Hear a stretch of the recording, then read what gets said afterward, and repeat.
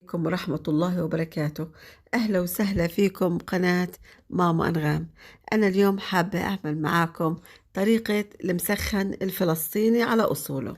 لتحضير المسخن الفلسطيني على أصوله أحتاج بهذه الوصفة كيلو بصل أحمر مقطع مكعبات. مسخن فلسطيني إذا هو بحاجة لكمية من السماق. طبعا بهذه الوصفة أحتاج حوالي نصف كوب إلى كوب حسب الرغبة من السماق البلدي، حوالي نصف ملعقة صغيرة من الهيل المطحون ناعم، حوالي ملعقة كبيرة من الملح. طبعا الملح كمان في هذه الوصفة حسب الرغبة، وبدنا نراعي في هذه الوصفة انه الملح بقدر كافي للدجاج وللبصل.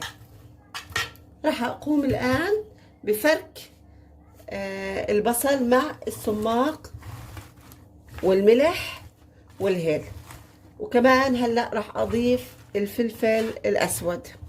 ممكن اللي بحب يضيف فلفل اخضر ما في مشكله حسب الرغبه. خلينا احط فلفل اسود كمان.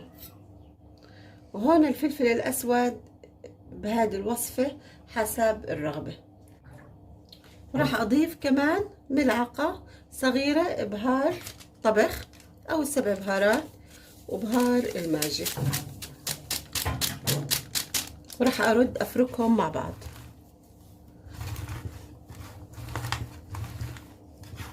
طبعا هذا عملية الفرك ضرورية للبصل، بخلي البصل يستوي أسرع، بعدين بخلي البهارات والتوابل تتداخل داخل البصل.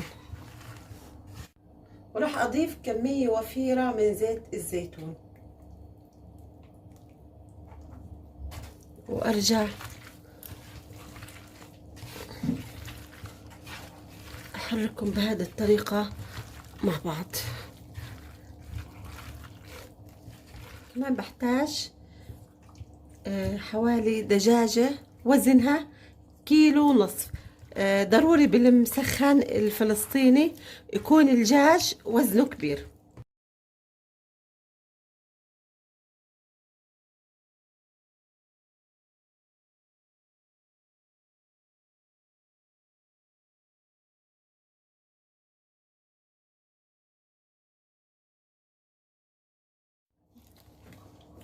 راح أرش سماق، وزي ما حكيت لكم بهذه الوصفة ضروري أطيب يكون البصل أحمر، أطيب من أي نوع بصل ثاني أو أي لون من ألوان البصل الثانية. وهلأ راح أحطها بالفرن على درجة حرارة 200 مدة ساعة ونصف، وحسب حرارة الفرن عندكم بعد ما أغلفها. أكيد راح أغلفها هلأ بورق الزبدة وثم ورق القصدير. وهي صينية المسخن الدجاج بالبصل بعد ما طلعناها من الفرن، مشوية ولذيذة أمامكم.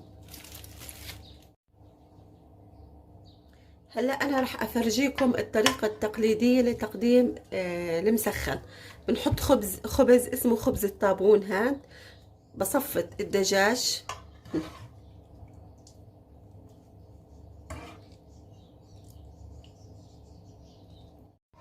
طبعا الدجاج مستوي ومنهنه.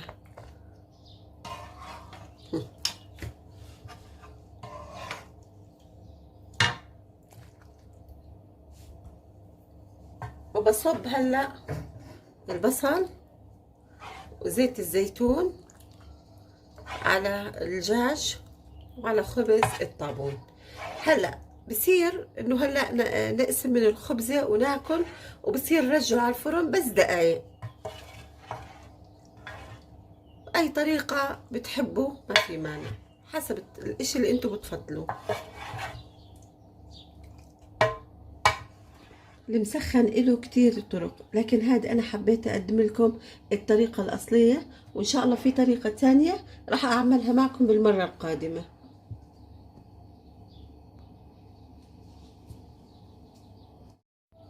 لك طريقه اكله بهاي الطريقه.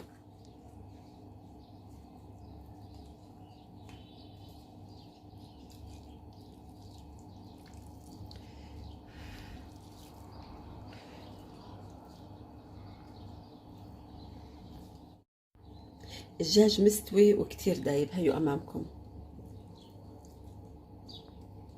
كتير طيب. بتمنى إنكم تجربوا وصفتي، بتمنى إنكم تدعموني وتشتركوا بقناتي وتفعلوا زر الجرس لحتى يوصلكم كل